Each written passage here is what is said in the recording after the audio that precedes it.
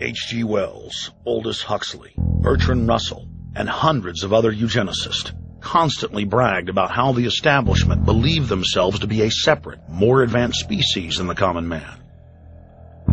Top eugenicists were bold enough to admit that their real goal was not improving the heredity of the commoner, but to further dumb them down so that they could be more manageable. Nobel Prize winner Russell wrote at length about how vaccinations filled with mercury and other brain-damaging compounds would induce partial chemical lobotomies and develop a servile zombie population. Diet, injections, and injunctions will combine from a very early age to produce the sort of character and the sort of beliefs that the authorities consider desirable, and any serious criticism of the powers that be will become psychologically impossible. Bertrand Russell. Over 100 years ago, eugenicist social planners said that they'd use mind-altering drugs to control the population. By 2007, more than 20% of the U.S. population were on some type of prescription antidepressant. But in the case of foster children, a sector where the state has total control, at least 2/3 are forced to take a cocktail made up of, on average, 7 psychotropic drugs. Chairman of the Texas Society of Psychiatric Physicians, Joe Burkett, testified before the State House Select Committee hearing on psychotropic drugs in foster care and shocked the public when he said that 2/3 of foster children in Texas had been placed on psychiatric drugs because they were very, very sick from a bad gene pool. A lot of these kids come from bad gene pools. They don't have stable parents making good decisions. Besides the gene pools, they've then been traumatized by abuse, neglect, and problems, and then they've been traumatized by separation, and all those things predispose to mental illness. The Western world is now implementing eugenics pre-crime policies. Fetuses are now being pre-screened according to family histories of crime. From Portland, Oregon to London, England, Child Protective Services are enrolling newborn children into criminal databases at birth and forcing them to attend probation hearings at age 2. The overlords of scientific dictatorship are ruthlessly prosecuting a war on our most defenseless. In December of 1974, the U.S. government made Third World population reduction a central national security issue. The operation plan, titled National Security Study Memorandum 200, was simply a regurgitation of the British Commission on Population created by King George VI of England in 1944, which openly stated that populous Third World nations posed a threat to the international elite's monopoly of global power. The Kissinger-authored U.S. plan targeted 13 key countries where massive population reduction was called for. Kissinger recommended that IMF and World Bank loans be given on condition that nations initiate aggressive population control programs, such as sterilization. Kissinger also recommended that food be used as a weapon, and that instigating wars was also a helpful tool in reducing population. In 1972, the Nixon White House also implemented a eugenics policy which was directed by George Herbert Walker Bush, then United States Ambassador to the United Nations. Bush advised China on the formulation of their one-child policy and directed the federal government to forcibly sterilize more than 40% of Native American women on reservations. The Bilderberg-dominated Club of Rome advocated environmentalism as the best front to implement population reduction. Western populations would accept serfdom if it was packaged as saving the earth.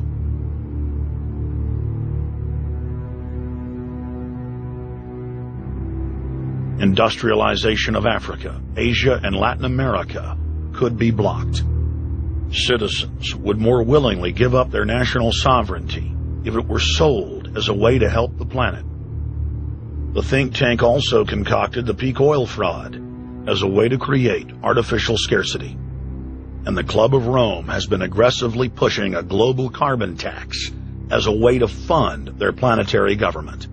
In the draft copy of the United Nations Global Biodiversity Assessment, it states very clearly that we must reduce the human population from its current level of about 6 billion people down to about 1 billion people.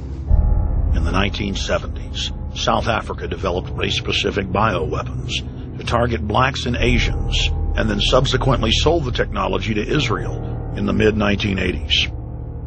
In September of 2000, the Project for a New American Century published a document in which Dick Cheney described race-specific bioweapons as politically useful tools. And somebody mentioned, well, why would they want to reduce the human population when that means less money for them? Most people have no idea. They're not after money. They have all the money they need. They're after power. That's their aphrodisiac. The overlords of the New World Order are now aggressively pushing for a worldwide one-child policy. The Chinese one-child policy was phased in gradually. In the 60s, when it began, you only had to pay a tax penalty. Only later did they imprison you if you had more than one child. Now the exact same proposals to penalize couples who have more than one child are being made in the United States, England, and Europe. In the push to reduce global warming, children, according to some, are the new culprits.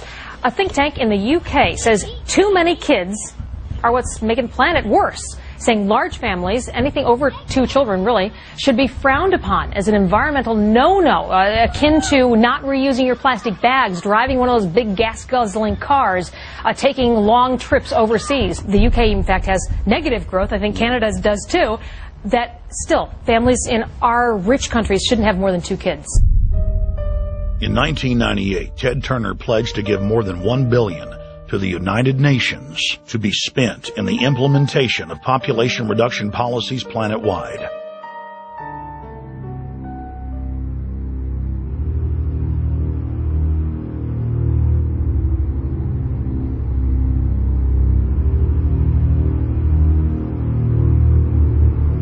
In 1999, the Bill and Melinda Gates Foundation gave $2.2 billion to Planned Parenthood, the United Nations Population Fund, and other population reduction groups. By 2007, the Gates had given more than $30 billion, almost exclusively to population control groups. The controlled corporate press cynically reported that the Gates were giving the money to help third world children. Bill and Melinda Gates were dethroned as the world's most generous philanthropists when their friend and fellow population reduction enthusiast, Warren Buffett, gave $37 billion to fund an army of population control groups. And I actually think the world will be much better when there's only 10 or 20% of us left. Dr. Eric Pianka. Prominent University of Texas biologist Dr. Eric Pianka, while receiving an award from the Texas Academy of Science, said that the worldwide AIDS pandemic was, quote, no good, it's too slow, and went on to laud the virtues of Ebola because it would kill 90% of the world population quickly.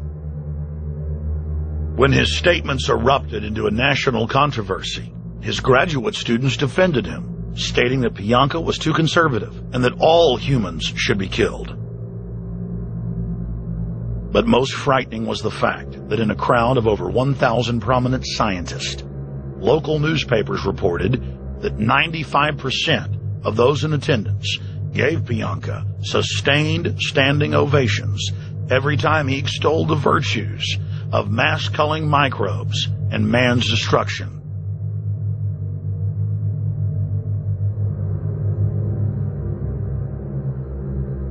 China was able to turn the corner and become the leading world superpower because they have a police state, and they are able to force people to stop reproducing. Dr. Eric R. Pianka.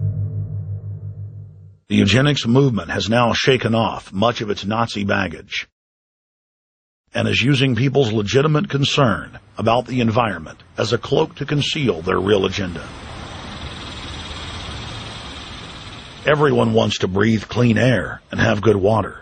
But the controllers of the environmental movement have done nothing but co-opt people's concerns and parlay it into support for global policies that further destabilize the third world and create untold misery. Phony environmental and conservation groups are now the biggest private landowners in the world. They lobby government to take property away from local populations